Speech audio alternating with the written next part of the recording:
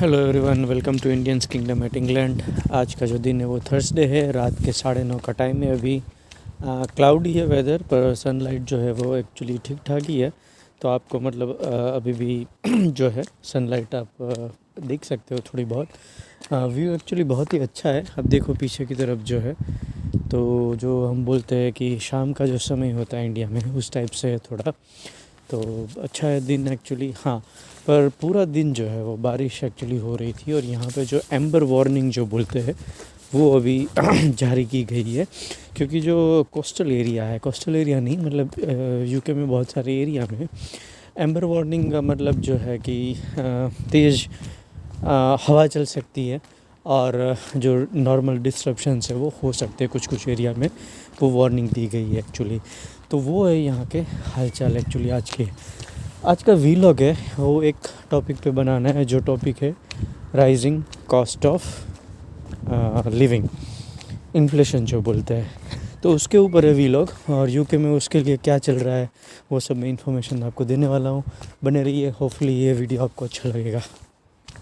तो cost of living जो है वो एक्चुअली हर एक कंट्री में अभी बढ़ रहा है, जैसे मैं न्यूज़ में देख रहा हूँ।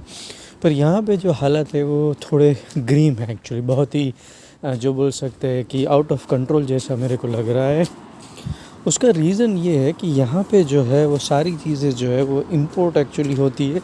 और ये जो है काइंड ऑफ कंज्यूमर मार्केट है actually, most of the segments में है। आप देख लो मतलब जो आईटी है उसके लिए यूएस हब है, और जो पेट्रोल और वो सब है उसके लिए ऑफ कोर्स रशिया जो है, यूक्रेन है, वहाँ पे सब होता है। और इंडिया भी काफ़ी चीज़ें जो है वो एक्सपोर्ट करती है।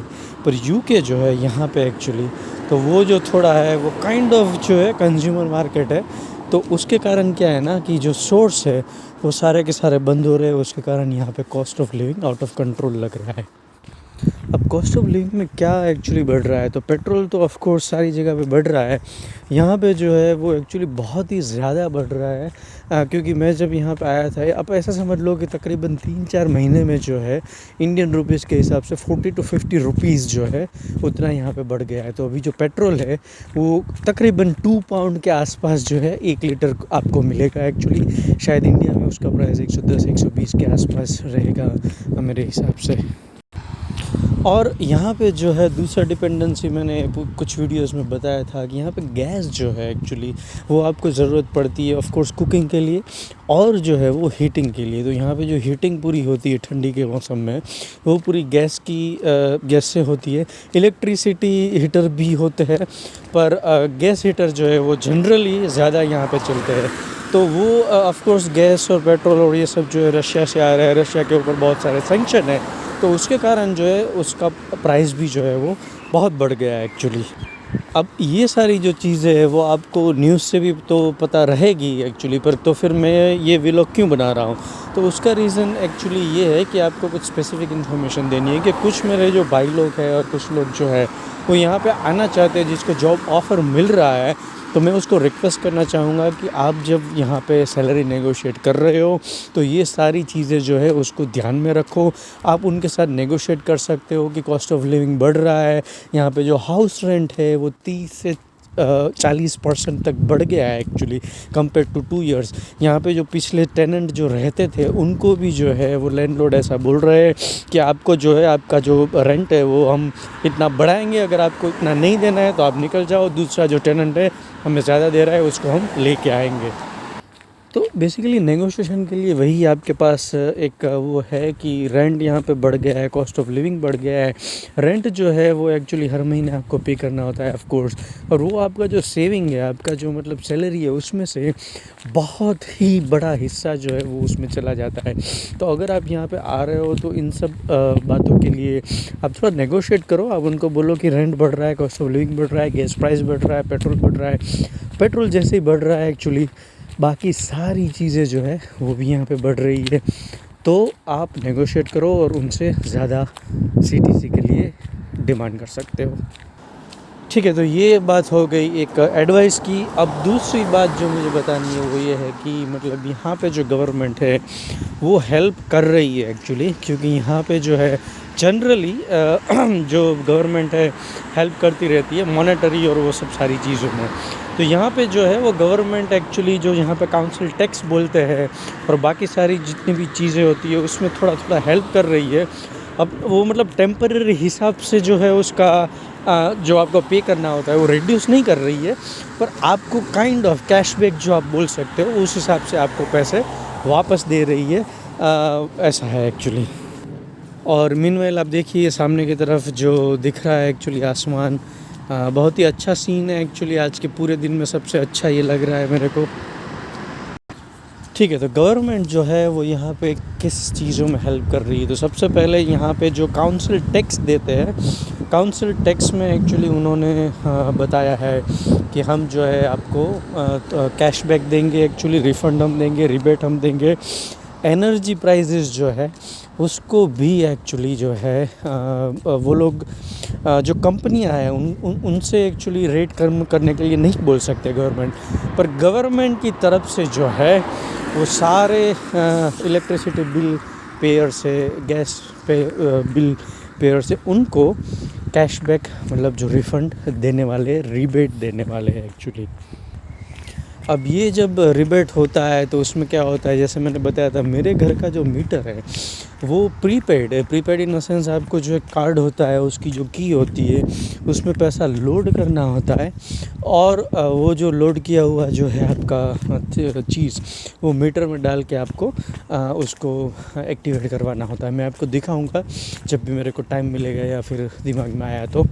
Okay, so coming back, prepaid meter वालों का क्या है, क्योंकि उसको तो वो लोग कैसे रिफ़ंड कर पाएंगे, तो उसके लिए अभी तक वो चीज़ क्लियर नहीं है। एटलीस्ट मेरे को जो है वो क्लियर नहीं है कि वो उसका जो है वो रिबेट कैसे ये लोग देने वाले हैं।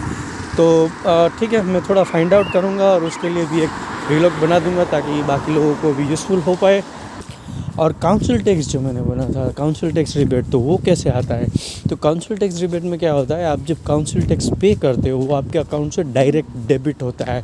हर महीने जो है आप डायरेक्ट डेबिट आपके अकाउंट से रख सकते हो, काइंड ऑफ जो अपनी स्टैंडिंग इंस्ट्रक्शन रहती है। तो वो स्टैंडिंग इंस्ट्रक्शन जिस अकाउंट से एक्चुअली आपने रखी हुई है, डायरेक्ट डेबिट जिस अकाउंट से है उसमें आपका वापस आएगा। तो ये सब बातें हो रही है, तो ये मैं बता दूं कि इकोनॉमिस्ट जो है उसकी प्रेडिक्शन के हिसाब से यूके में जो है एक्चुअली रिसेशन, टेक्निकल रिसेशन आए ना आए पता नहीं, मतलब technical recession in the sense, recession की एक डेफिनेशन होती है कि कंटिन्यूस इतने क्वार्टर्स जो है वो आपकी जीडीपी श्रिंक होनी चाहिए।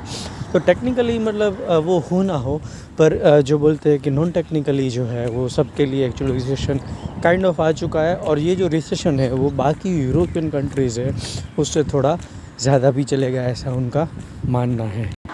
तो और उसके क्या इंडिकेशंस है एक्चुअली रिसेशन की। एक इंडिकेशन ये है कि स्ट्राइक्स जो है एक्चुअली, रेल स्ट्राइक तो एक्चुअली पहले भी होती थी, अभी भी उसी के कारण हो रही है कि उनका जो पे है रेल कर्मचारियों का वो इन्फ्लेशन के हिसाब से नहीं बढ़ रहा है एक्चुअली। तो वो लोग स्ट्राइक कर रहे हैं। तो वो अकेले नहीं है एक्चुअली, ब्रिटिश एयरवेज़ जो यहाँ की मतलब फ़्लाइट ऑपरेटर है उनके स्टाफ ने भी बोला है कि हम लोग भी जो है वो स्ट्राइक करने वाले हैं। और अभी मैं एक न्यूज़ पढ़ के आया हूँ जिसमें लिखा है बीटी, यहाँ की जो वाईफाई, यहाँ पे जो आईएसपी जो बोलते हैं इंटरनेट सर्विस प्रोवाइडर, उनके कर्मचारी भी बोल रहे हैं कि हम भी स्ट्राइक पे जाएंगे। और तो और एनएचएस जो यहाँ का हेल्थ स्टाफ है वो भी एक्चुअली काइंड ऑफ बता रहा है कि वो भी शायद जो है वो स्ट्राइक पे जा सकता है। अगर वो स्ट्राइक पे जा रहे हैं तो it would be very bad, क्योंकि जो हेल्थ सिस्टम है वो पूरा का पूरा चरमरा जाएगा। अभी भी जो है यहाँ पे जो हालात है एक्चुअली वो थोड़े डिफ़िकल्ट है। ठीक है, तो ये सब बताने के पीछे एक रीज़न ये था कि आपको मतलब यहाँ के हालात पता चले, आप इन्फॉर्म डिसीजन ले सको। आप न्यूज़ में कुछ चीज़ें पढ़ सकते हो, कुछ चीज़ें आपको नहीं पता चलती है, तो इसीलिए मैं आपको सरल भाषा में समझाने का ट्राई किया है एक्चुअली। और एक रीज़न ये भी है एक्चुअली कि आप यहाँ आओ तो आपको शॉक ना लगे। Actually shock in the sense आपको ये ना लगे कि यार मैं यहाँ आ तो गया हूँ पर ये सारी चीज़ें इतनी महंगी है कि हाथ में कुछ भी नहीं बच रहा है एक्चुअली। तो उसके लिए मैंने सोचा था कि ये वीडियो होपफुली आपको यूज़फुल रहेगा।